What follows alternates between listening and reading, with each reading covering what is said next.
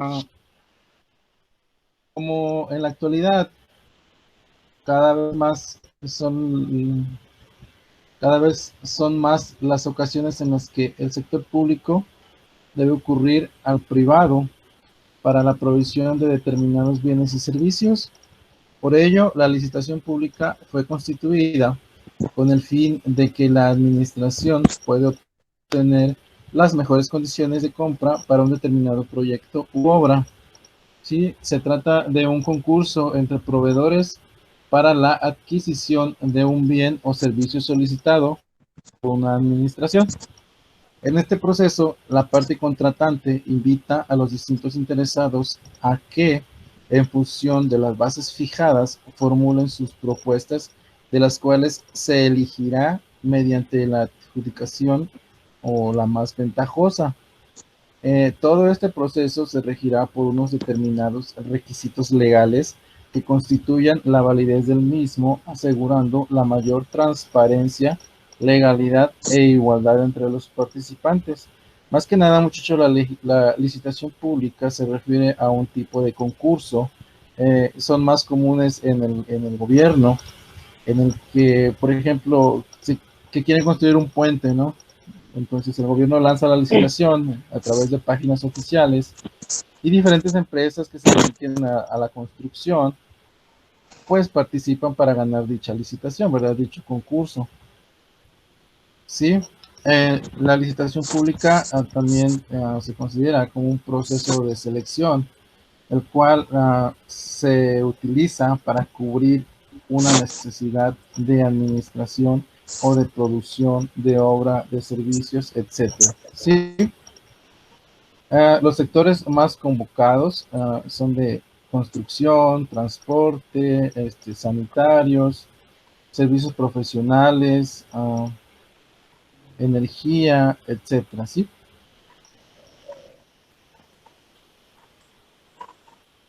Por ejemplo, en el trabajo donde estoy actualmente, hacemos de vez en cuando pequeñas licitaciones para proyectos no tan grandes como la construcción de un edificio o una colonia, pero sí para proyectos algo de construcción dentro de nuestra misma empresa. Entonces nosotros lo que hacemos es uh, mandamos la convocatoria a los proveedores que tenemos nosotros y les comentamos, ¿verdad? Oye, tenemos este proyecto, no sé, vamos a instalar una máquina en tal celda. Entonces se lanzan las condiciones, se hace un documento en el que la empresa debe de cumplir con ciertos requerimientos, ¿verdad? Por ejemplo, si es eléctrico, pues que tenga su,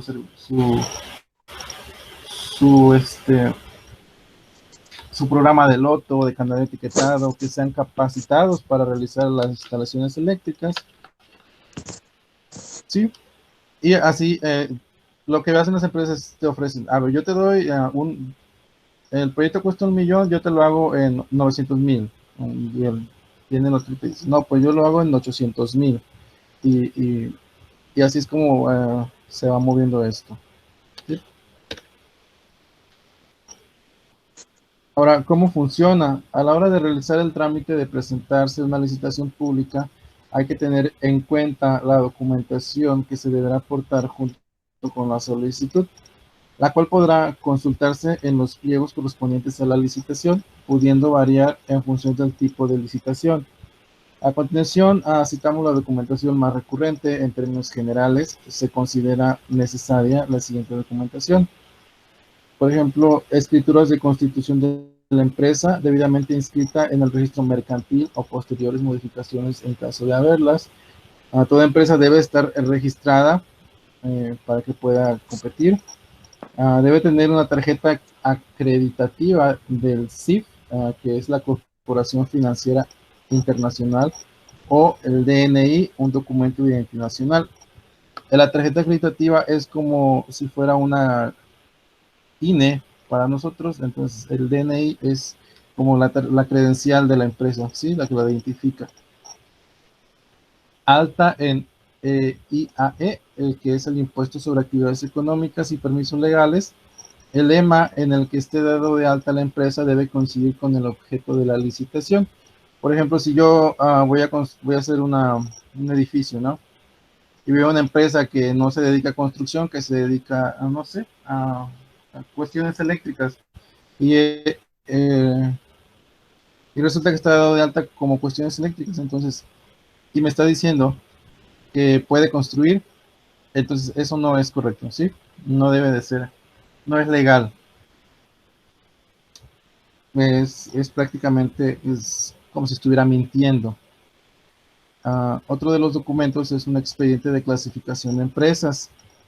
El plazo medio de obtención de este expediente es de 3 meses, pudiéndose realizar la solicitud de forma telemática en la web del ministerio, los datos relativos a la solvencia económica y financiera de la empresa.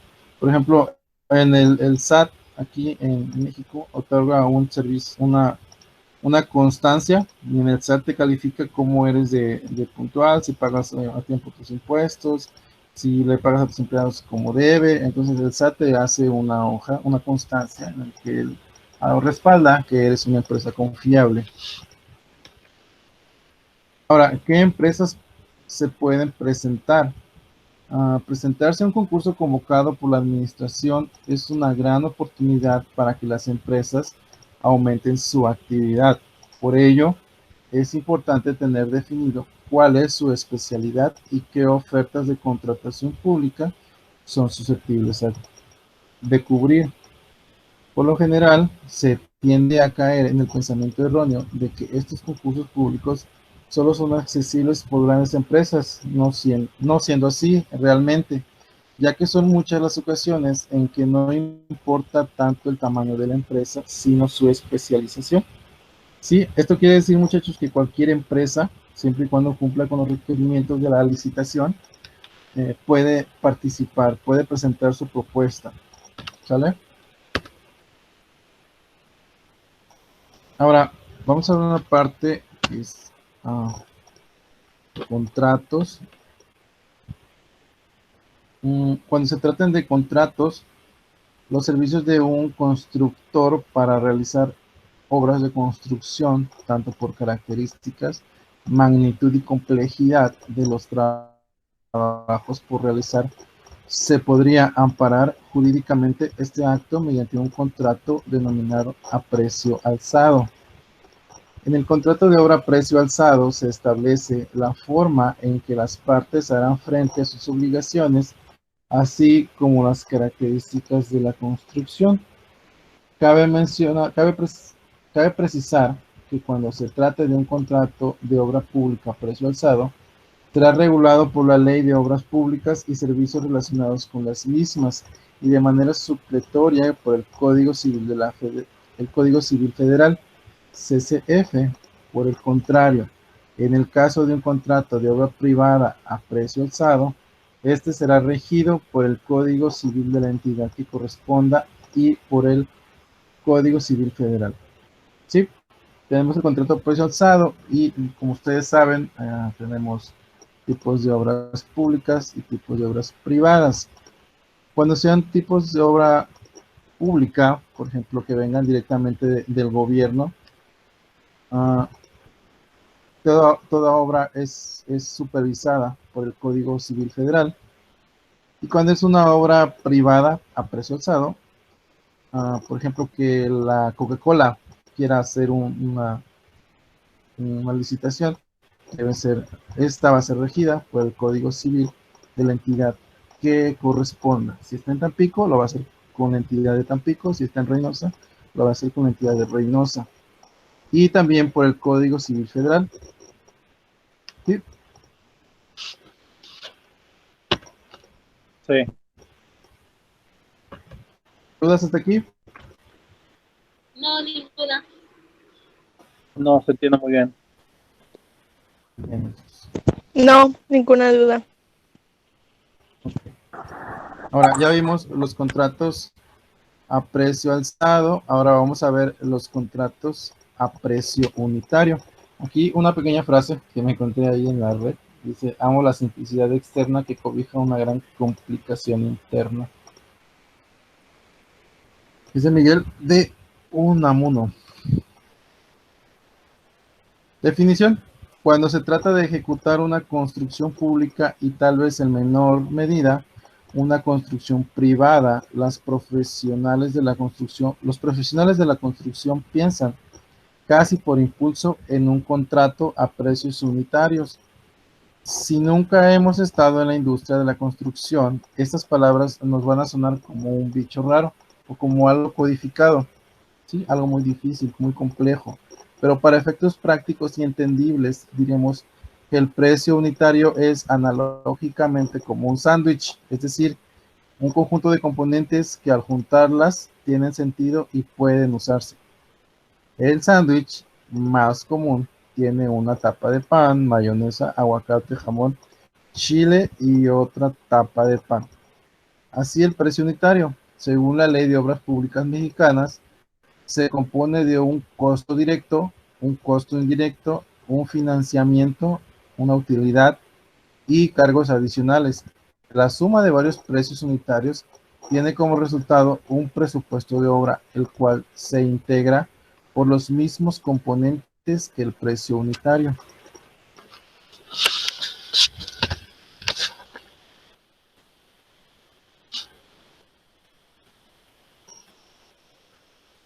De manera general, vamos a decir que, si ustedes observan la tablita que está a un lado,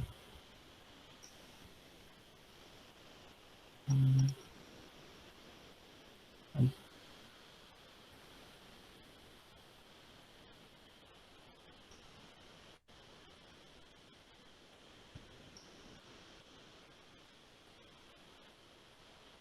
Perdón. Si ustedes estaba buscando el láser.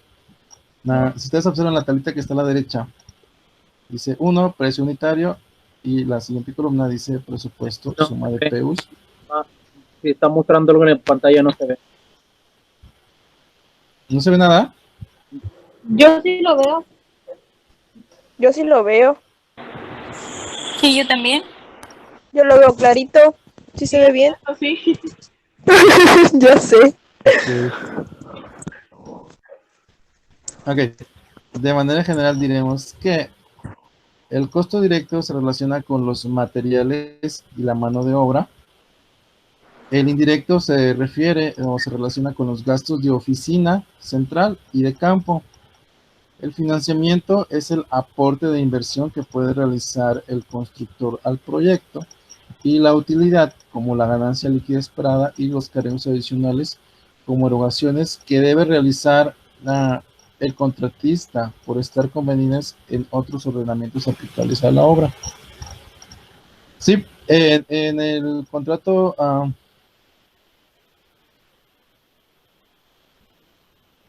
¿qué se mueve?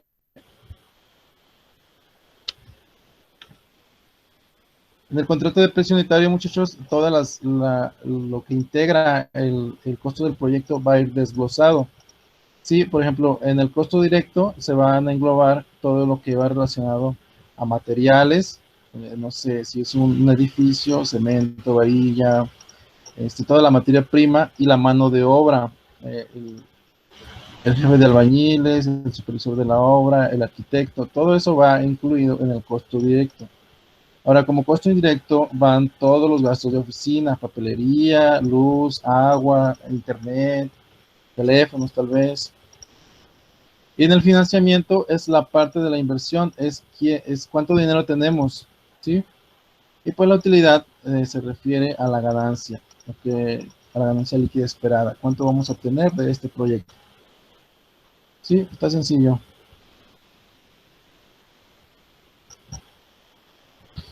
Características de los contratos APU, a precio unitario.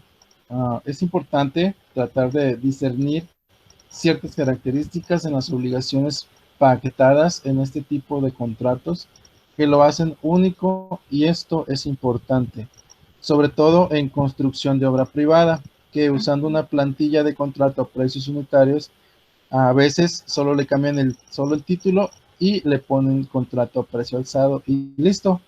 Lo firman las partes pensando que con esto es suficiente para obligar al contratista a un monto y a plazo determinado, sin cambios ni ajustes.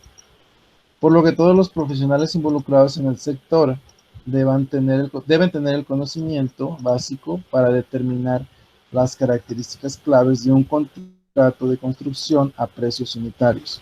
Aunque son similares, no son iguales, muchachos, el contrato a precio alzado y el contrato a precio unitario. ¿Sí? Aquí algunas características del contrato a precio unitario. El importe de la remuneración o pago total que debe cubrirse al contratista es por unidad de concepto terminado y ejecutado conforme al proyecto, especificaciones de construcción y normas de calidad. Es decir, existe un catálogo de conceptos que es un documento que integra la descripción, la unidad de medida, la cantidad y el costo de cada precio unitario, que sumados nos dan el costo total o presupuesto de la obra. Dicho por otro modo, es como descomponer la obra en pequeñas fracciones y cada fracción tiene un valor. Cuando se construye una fracción o grupo de fracciones, se le paga al contratista ejecutor. Cuando se construye la totalidad de las fracciones, se tendrá la obra completa, ¿sí? A precio unitario vamos a ir pagando parte por parte. Si ya me trajeron hoy el material, yo pago el material que recibo. Si ya me levantaron una barda, yo pago el material, el costo de esa barda. Sí, es más o menos así.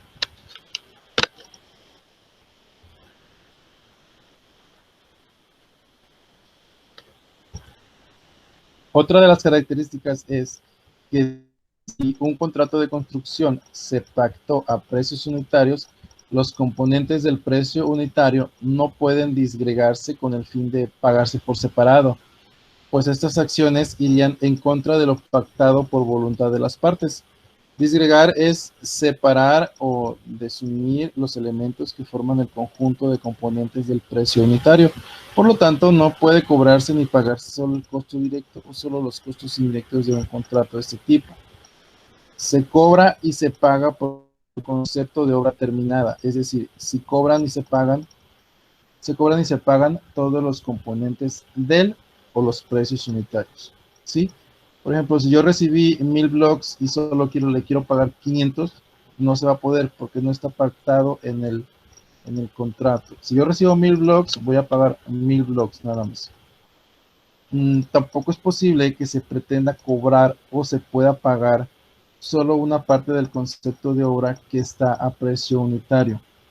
Un ejemplo de ello lo encontramos cuando un contratista en la ejecución de un contrato de construcción de un edificio pactado a precio unitario tenía como obligación alcance el suministro, la colocación, la puesta en operación y las pruebas de funcionamiento del aire acondicionado, pero solo se suministra a la obra los compresores, manejadoras, tuberías de aire acondicionado y todos los elementos necesarios para su instalación, y con ello pretende cobrar la totalidad del concepto de la obra. Esto es una completa violación a lo pactado en el contrato porque falta la colocación, la puesta en operación y las pruebas de funcionamiento del aire acondicionado. Cuando esto sucede se llama preestimación o pago por adelantado, cual es contrario a lo pactado en el contrato y en el caso de obras públicas contrario a la ley. Lo que les decía, muchachos, lo que les menciono aquí es que si en el contrato ustedes pactaron la instalación del aire acondicionado completo, ustedes no, el contrato no se rompe en caso de que únicamente les entreguen los equipos y no se los instalen, no prueben el equipo, ¿sí? Entonces eso es ir en contra del contrato y de lo pactado y ir en contra de la ley. Otra característica de los contratos a precios unitarios es que se paga por avances de obra pactados por las partes en un programa calendarizado de trabajos, el cual la propia contratista señala cuáles conceptos de trabajo y monto de volúmenes que pretende ejecutar en un periodo determinado, de tal forma que los trabajos efectuados se cuantifican en documentos llamados estimaciones que representan el avance de la ejecución de la obra en forma parcial. Una característica más de los contratos a precios unitarios es que permiten el aumento o disminución de volúmenes de los conceptos de obra siempre que estén condensados y aceptados por las leyes. También permite generar nuevos conceptos de trabajo que impactan el costo de la obra y posiblemente el plazo de ejecución. Es decir, se permiten los famosos precios extraordinarios. Sí se pueden exceder de lo que se pacta en el contrato, pero siempre y cuando no salirse del presupuesto. Sí, les voy a explicar rápidamente una anécdota que nos pasó. Hace como año y medio en el trabajo, nosotros mandamos a actualizar una máquina, es una máquina de maquinados. Eh, Lanzamos la licitación, vinieron varias compañías y ganó una compañía del estado de México, en Toluca. Entonces, pues, una de las condiciones pactadas dentro del contrato era de que nosotros, como empresa, le íbamos a pagar a él el 40% cuando le entregáramos el equipo. El, si era el 40% del costo total, creo que fueron 2 millones. Después, cuando él iba a ir avanzando, se le iba a ir pagando por porcentajes. Entonces llegó el momento en el que nosotros ya habíamos cubierto el 70% del costo y tocó que íbamos a auditar, íbamos a revisar para ver el avance y llegamos a Toluca. Era la segunda vez que íbamos y llegamos a Toluca y la empresa desapareció. La empresa ya no estaba. Estaba el local, la máquina estaba dentro, pero ya no había personal. Sí, Era de entonces, era de esas compañías que le llaman de que nada más las hacen como para las tranzas, ¿no? no, lo que nos comenta, contactamos a la persona, el dueño del local, y nos comentó, ¿verdad? Que esta persona sí participaba en licitaciones, no nada más fuimos los únicos, pero ya tenía varias demandas. Entonces, parte de lo que nos faltó a nosotros fue investigar más a fondo, más a detalle, quién era realmente la persona con la que estábamos haciendo el negocio.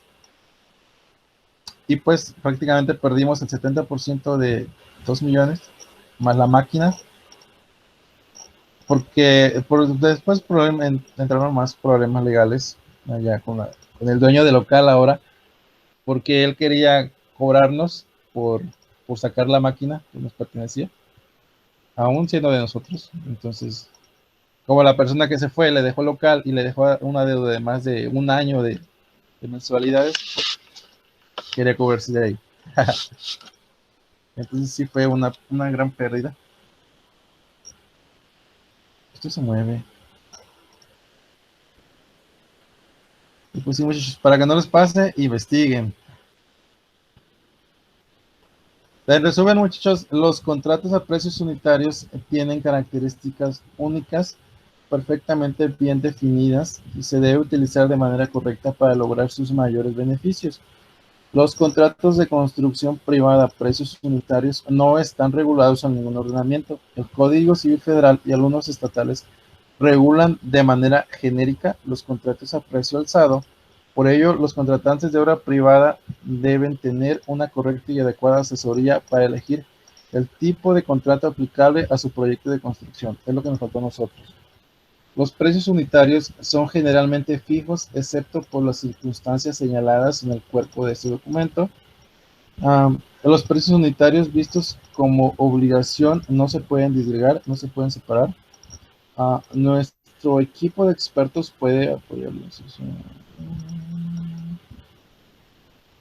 Eso olvídenlo.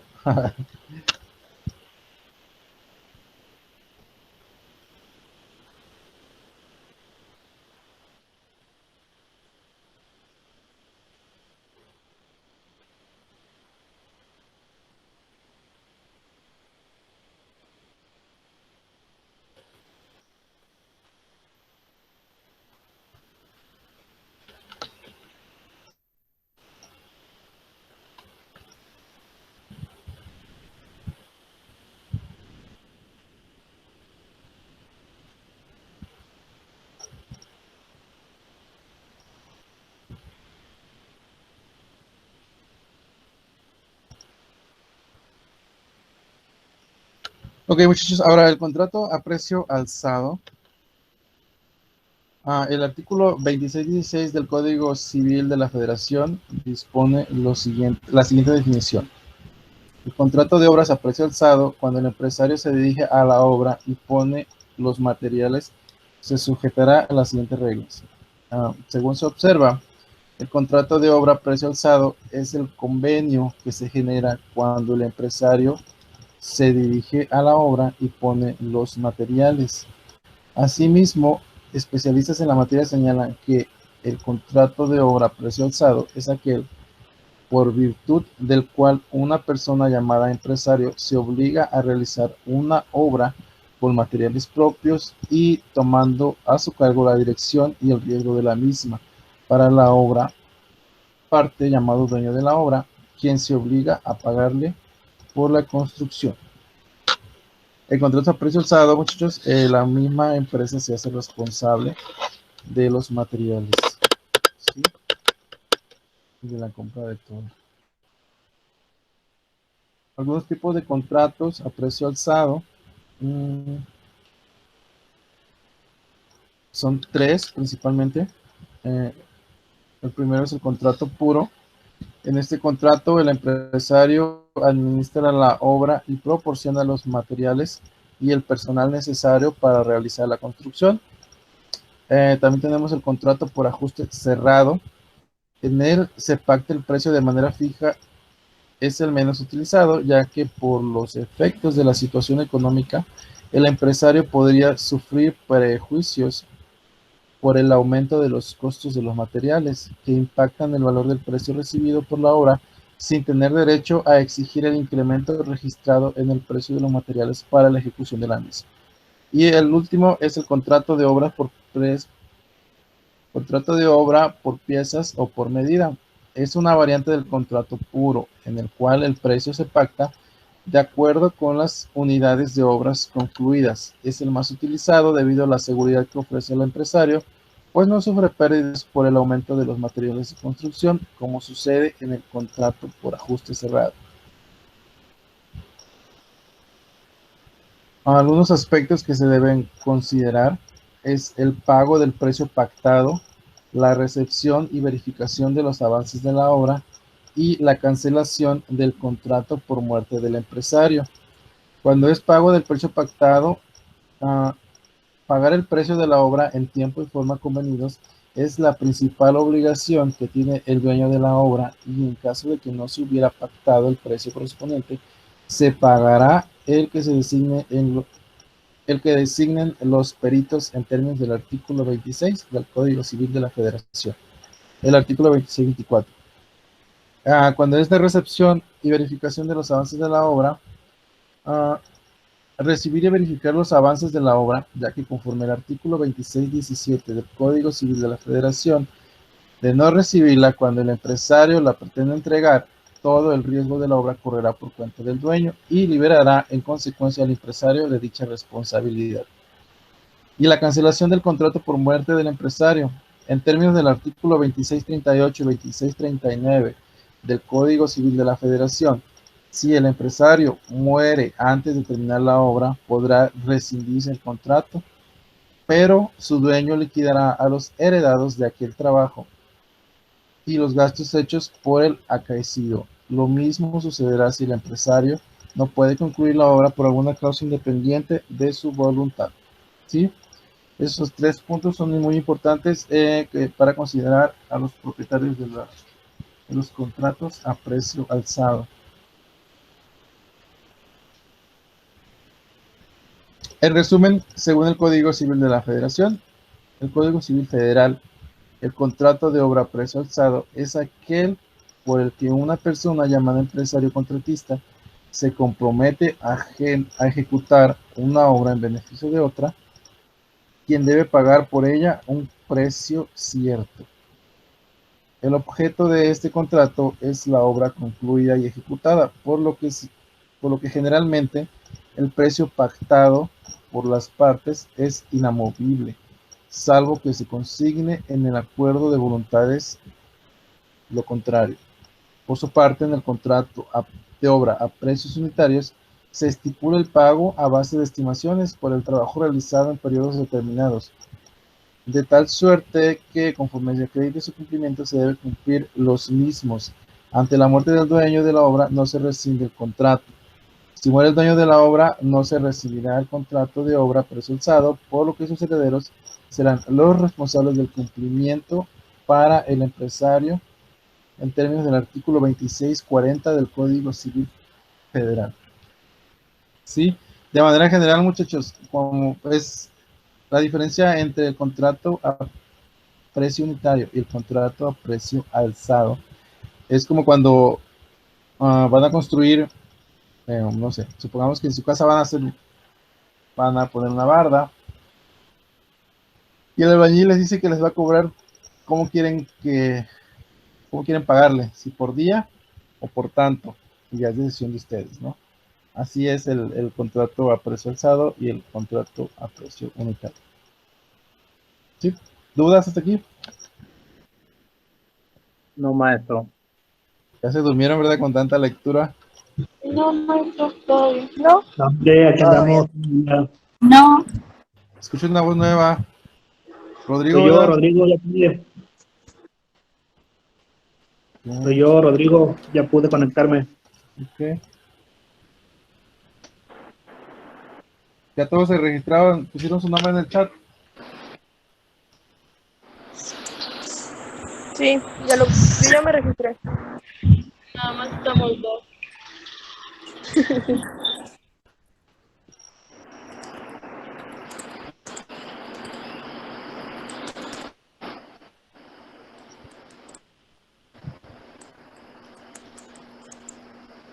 Ok.